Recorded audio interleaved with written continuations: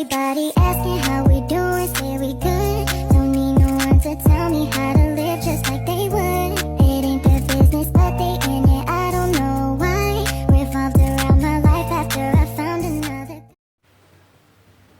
Assalamualaikum warahmatullahi wabarakatuh. Perkenalkan, nama saya Mutia Rahmawati dengan NIM 2311078. Saya dari kelas PAI 2C. Di sini saya akan membuatkan tugas akhir dengan mata kuliah usul fiqh. Bapak pengampunya yaitu Bapak dosen Edi Mulyono. Baiklah, di sini saya akan mengambilkan 3 materi dari makalah yang sudah kami pelajari di semester 2 ini. Yang pertama yaitu saya akan membahas tentang istinbat, yang kedua tentang ijma, dan yang ketiga tentang ijtihad. Baiklah, langsung saja kita ke pembahasan materi pertama yaitu istinbat. Materinya yaitu yang pertama saya akan membahas tentang pengertiannya. Nah, secara etimologis, kata istinbat ini berasal dari kata anab, bentuk masdar dari nabatan namtuyu nabtan, yang berarti air yang keluar dari dalam sumur yang kali pertama digali. Nah, sedangkan secara terminologis, istinbat yaitu berarti upaya mengeluarkan makna dari nas, Al-Quran dan As-Sunnah yang berkaitan dengan hal-hal yang sulit dan penting dalam mencurahkan kekuatan nalar dan kemampuan yang optimal. Nah, dapat disimpulkan cara garis besar, istinbat yaitu adalah sesuatu upaya menemukan hukum-hukum syara dari nas Al-Quran dan As-Sunnah yang dilakukan dengan cara mencurahkan kemampuan dan pikiran. Secara sepintas memang nampak ada persamaan antara pengertian istinbat dengan ijtihad ini. Namun pada hakikatnya antara keduanya memiliki perbedaan. Baiklah, materi selanjutnya yaitu tentang dalil-dalil tentang istinbat. Saya akan menyebutkan satu dalil tentang istinbat yaitu dalam Quran Surah An-Nisa ayat 59 yang artinya, hai orang-orang yang beriman, taatilah Allah dan taatilah Rasul-Nya dan ulil amri di antara kamu. Kemudian jika kamu berlainan pendapat tentang sesuatu, maka kembalikanlah ia kepada Allah Al-Quran dan Rasul Sunnahnya.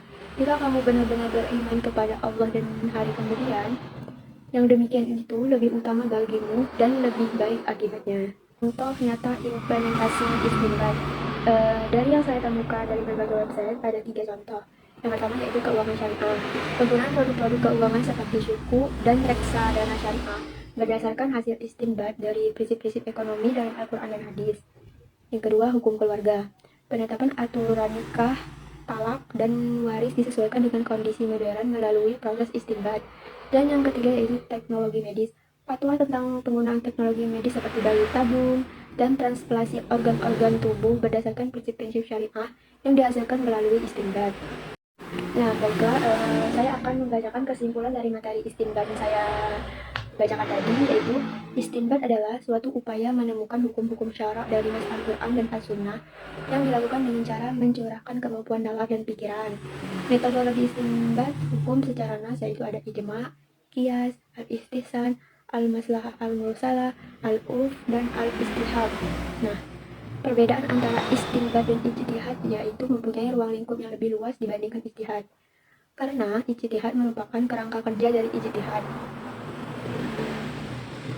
Fokus istinbat adalah nas Al-Quran dan As-Sunnah. Oleh karena itu, usaha pemahaman, penggalian, dan perumusan hukum dari kedua sumber tersebut disebut istinbat. Sedangkan pemahaman, penggalian, dan perumusan hukum yang dilakukan melalui metode qiyas, istisab, dan istilah dan dalil rasional lainnya disebut dengan ijtihad. Baiklah, kita lanjut ke materi kedua yaitu tentang ijma. Nah, pengertian ijma.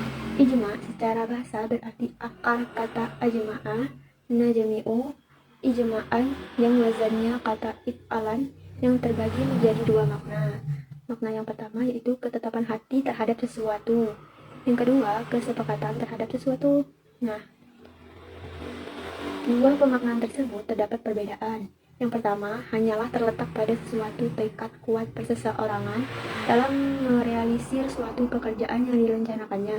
Sedangkan yang kedua, memerlukan konsensus secara bulat dalam merealisir suatu perbuatan yang diprogramkan.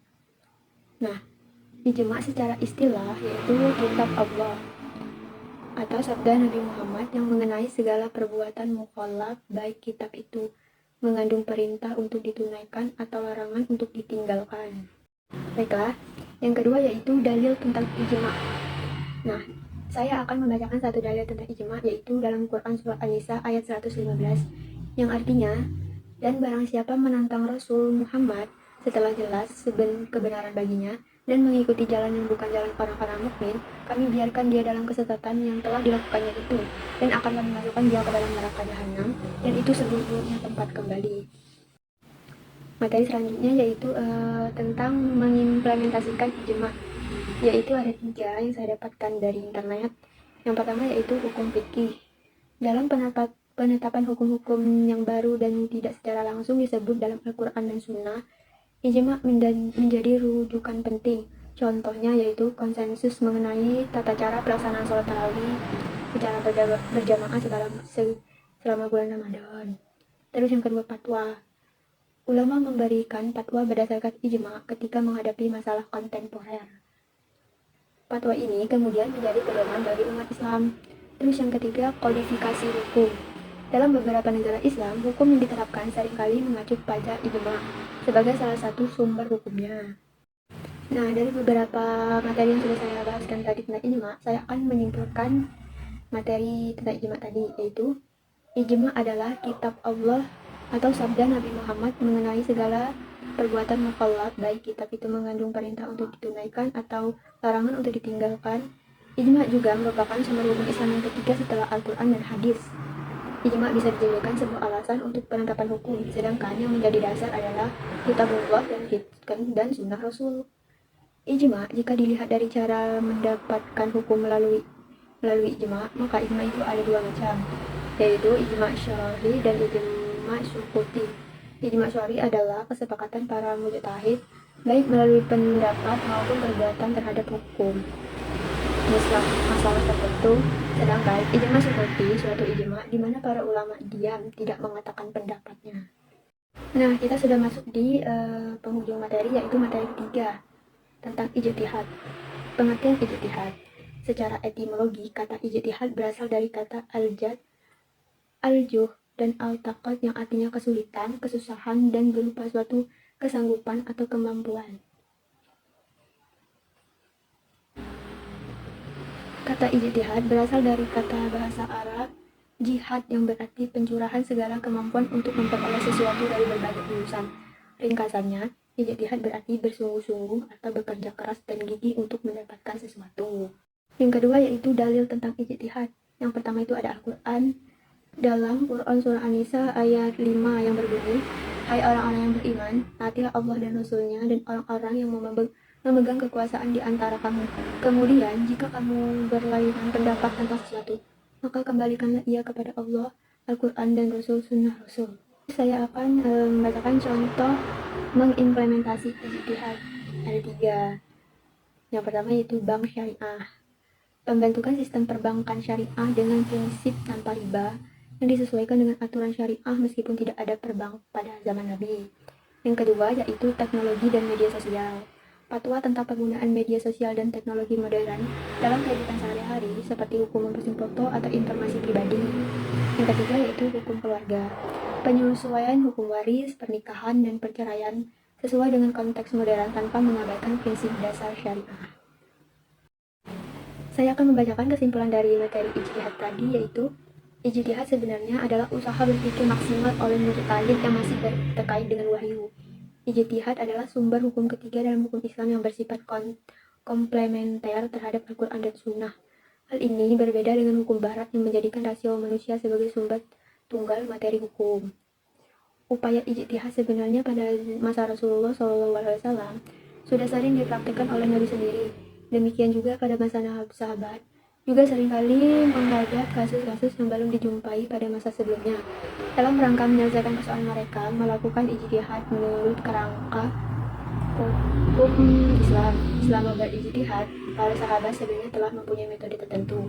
Namun, metode itu belum diformulasikan secara sistematis.